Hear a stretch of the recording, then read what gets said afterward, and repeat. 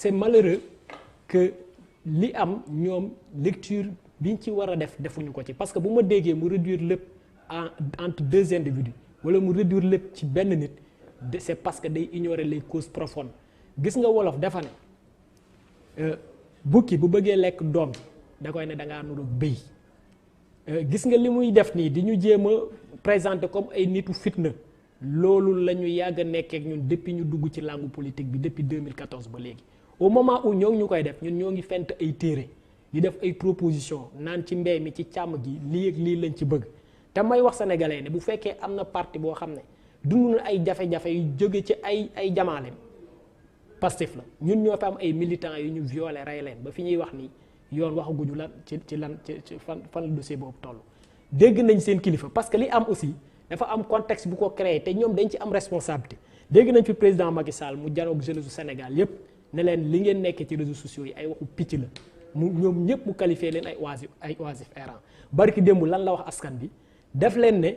vaccin yi boo leen ko bëggul ma jël ko jox ko yeneen sénégalais yi donc xeetu discours boobu moom la ñu installé ci dëkk bi ba mu jural ñu li nga xam ne moom lañ jural léegi nii aussi am na ku ko fi wax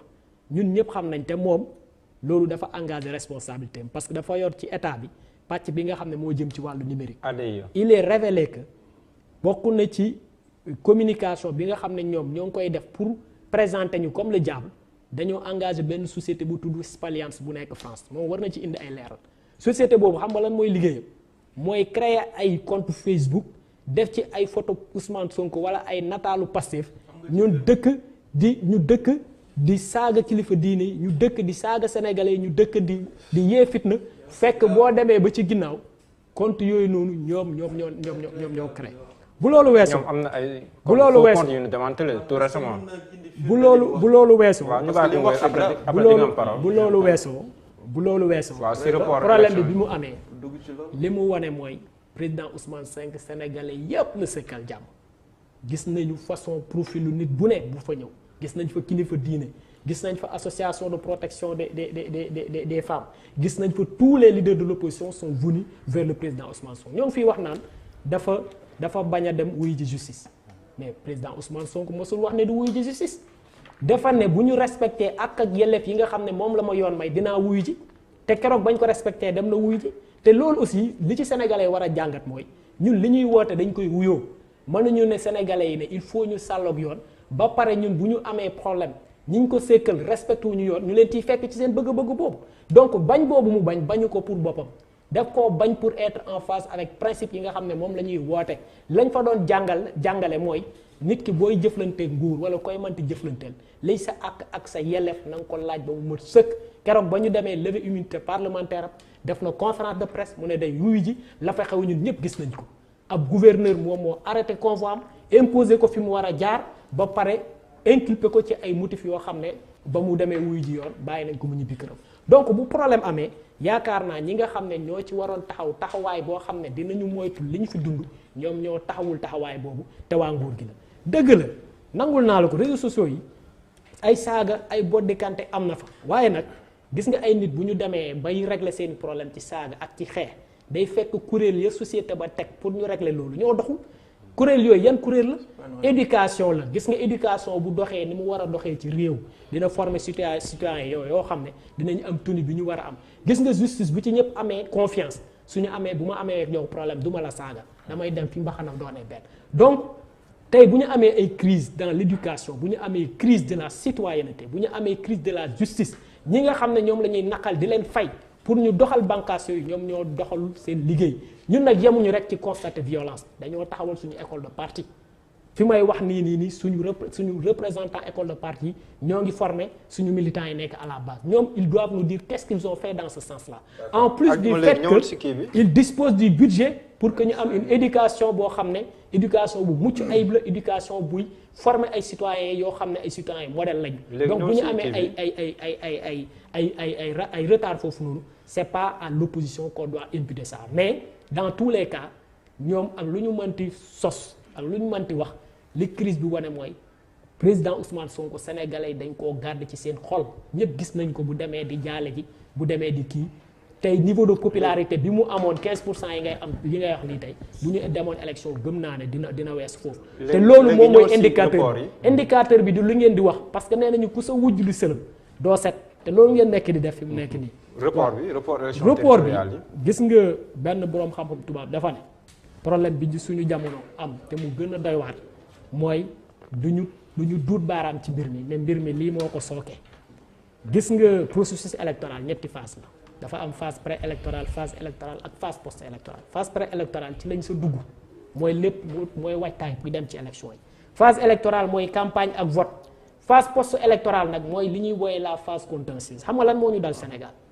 mooy depuis 2016 bi nga xam ne président Macky Sall jël na initiative bopp def référendum changer carte électeur dugg ci biir processus électoral bi dañoo am ay crise dañoo am ay problème contentieux ci code électoral bi ba muy defar carte d'identité bi d'accord ci ak opposition bi ba muy dugal parrainage bi d'accord ci ak opposition bi yéen a fàttaliku bi ñuy voté loi bi y avait des manifestations ñu arrêté leader yi arrêté bi nga xam ne moom moo livré le modèle de collecte de parrain ministère de l'intérieur dafa xëy rek publier ko bi ñu demee bi ñu jógee ci élection présidentielle yi ba ñu laajtee ne dañuy dem càmbar fichier électoral bi daf ñu koo bañal ba ñu jotee carte électorale bi ñu gis li mu ci def ci ay ñaawteef maanaam compliqué vote yi ci zone yi nga xam ne études yi wane nañ ne zone yooyu moom dafa amu fa doole te résultat yi wane nañ ko mooy centre dëkk bi ak sud bi ba ñu jotee fichier électoral mu gis mu affaire yooyu gën a tee doy waar moo tax bi ñu jógee contentieux yooyu yëpp ñu am depuis 2016 moom moo cumulé conséquence bi mooy lan mooy la phase contentieuse dafa gudd de sorte que dafa empiété ci phase pré-électorale bi ba mënuñu am délai boo xam ne dinañ ci mën a organiser élection locale yi ci temps boo xam ne dinañu permettre ñu exécuter correctement les opérations électorales mais loolu bu amee koo xam ne mooy responsable bi au plan politique c'est le président Macky Sall bu loolu weesoo accord bi ñuy wax nii c'était pas à la venue des experts bi ñu koy am c'était en octobre 2019 ñu defar les termes de référence en janvier ñu jël terme de référence bi jox ko Famara Ibrahima Sagna waxtaan bi ministre de l'intérieur teewoon na ko donc entre le 20 février 2020 et décembre 2020 s'il n'y a pas audit c'est pas à l'opposition qu'on va auditer ça mais terewul keroog ba ñu nee évaluation bi ak audit bi kat daf ñuy jëlal temps te temps boobu mën nañu permettre fii ak décembre ñu organiser élection yi dañoo waxtaan suñu biir ñu xool naka la ñuy wàññee yenn délais yi def ay propositions compressé yenn délais yi dugal ay dispositions transitoires comme en 2017 bi liste yi bëree dañoo dugaloo disposition transitoire ñu ne léegi ku dugg ci biir bureau de vote bi mën nga jël 5 bulletins nga dem voter ji loolu ay dispositions transitoires la ñu ne aussi yenn opérations yi nañ ko def de façon simultanée en même temps moo ngi mel ni li ñuy wax dépôt des candidatures ak révision des listes électorales puisque ce ne sont pas les mêmes acteurs donc opposition def ay propositions non aligné def ay propositions société civile ñun ñëpp ñu d'accord ci à notre grande surprise ñoom waa nguur gi ñu ne ñoom daal quel que soit alpha nañu reporter élection yi te ci biir loolu administration électorale ci boppam nee na bu ñu wàññee le délai de l'évaluation ils sont capables de tenir les élections en décembre 2021 donc li ñu gis dernièrement mooy du point de vue politique s'il y a retard ñoom la parce que ñoom ñoo deful audit bi bañ ko waree def au plan juridique aussi article L63 dafa ne président de la République par décret moom mooy wax kañ la ñuy def élection yi donc foofu tamit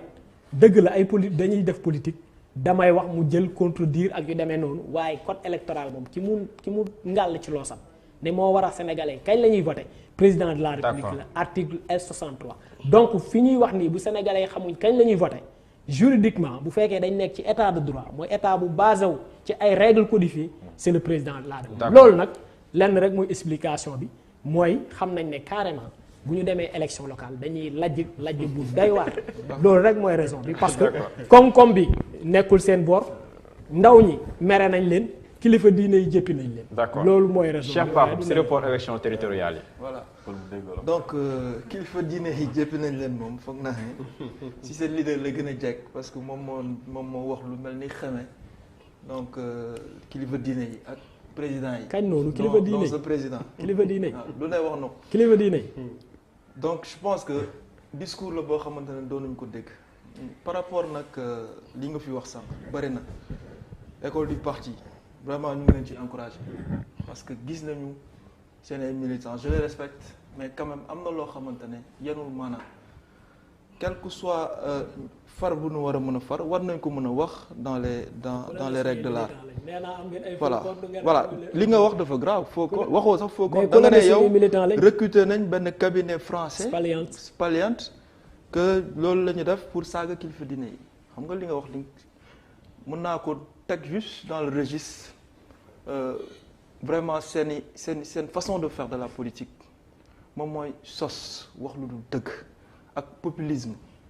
loolu c'est facile ah. démagogie yéen la fekk baax. xam nga loolu c'est facile wax loo xamante ne amate population bi jeunesse bi voilà indexé France ne ñoom ñoo nekk suñu ay problème au champ et cetera ça c'est trop facile. mais loolu mosuñu ko wax on n'a jamais dit que France mooy suñu problème. maanaam loolu dafa yomb. ñi ngay wax suñu militant lañ tamit amoo ci benn firnde. loolu dafa yomb ci politique. waaw li ngay wax ne suñu militant la amoo ci benn firnde. chacun peut le faire mais man daal benn firnde la am indexé nga ma ci benn domaine. boo xamante ne man maa koy gérer nga ne ma man tamit peut-être am na information comme quoi recruter nañ cabinet boobu man awma information boobu te cabinet boobu amul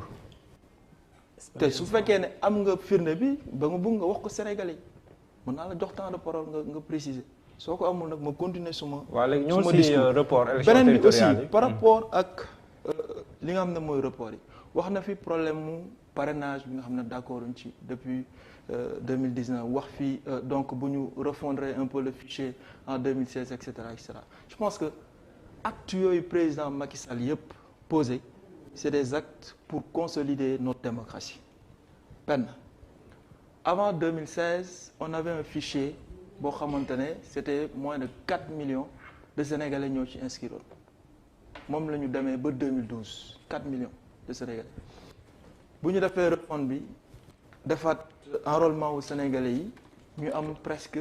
6 millions plus de 6 millions de Sénégalais ñu inscrire donc loolu foog naa ne suñ ko xoolee ci wàllu démocratie avancé la parce que tey permettre nañ presque 2 millions de Sénégalais ñu yokk ci fichier bi loolu benn la beneen bi aussi par rapport ak parrainage mu wax ne problème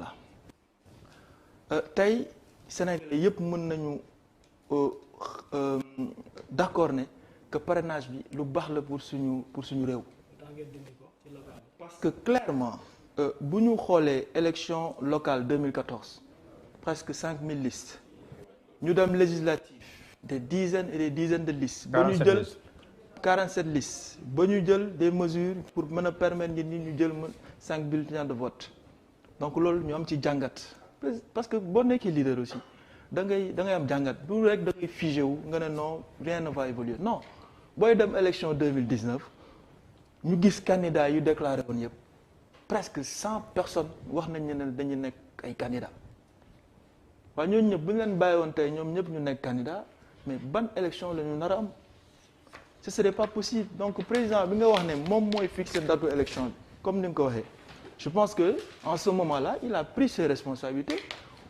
wax ne que lii rek moo mën a nekk une solution bii mën a tax ñu mën a am des candidats yu crédibles te gis nañu ne loolu moo am bu ñu defee parrainage bi ñi crédible rek ñoo jàll amul kenn ku crédible ku jàll. D'accord. donc nag foog naa ne c'est un système de filtre la boo xamante dañ ko war a consolider maintenant nag ni ñu ko defee comme c'était une première je pense qu'on va pouvoir l'évaluer xool lu ci soxe ñu mun ko rectifier pour que prochaine élection yi ñu mun ko def. voilà report donc report bi moom su fekkee ne am na opposition bi la parce que bu li ñu wax sànq mu ngi wax naan bu ñu deful audit bi mais pourquoi faire un audit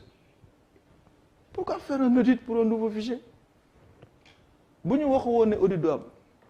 problème du am dinañ mën a fixer date bi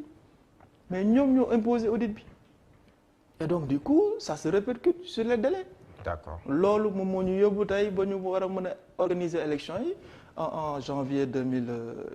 fin janvier 2022 ñoom ñu proposé woon décembre 2021 vraiment c'est la même chose décembre 2021 janvier ou février c'est pareil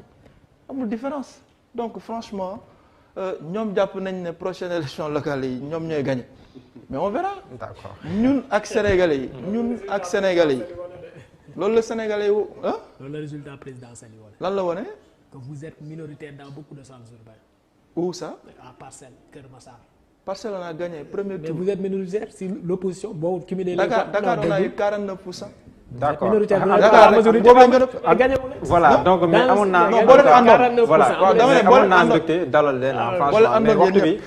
moom moo jeex est-ce que di ngeen ànd ñu ngi doon dalal Malaw Ndiaye nekk aussi koo xam ne dafa bokk ci cadre ñoom ñoo bokk PDS Aldiouma Sow yi tamit naka noonu yor tamit lépp lu jëm ci wàllum wote ci parti Pastef ñuy gërëm tamit Cheikh Bakhoum mi nga xam te ni moom mooy directeur ADIE bokk APR nekk responsable APR Grand Yoff Mouhamadou Lamine Mbodj cadre réew mi am na mbégte dalal la Mburok Sow donc c'est un plaisir ma sant leen bu baax a baax gërëm leen sant bu baax a baax tamit équipe technique bi bu baax a baax si liggéey bu am solo bi sant leen yéen ñu doon teewlu dig leen daje su lu yàggatul dara incha allah mais suñuy programme day wëy incha allah jaa ngeen jëf.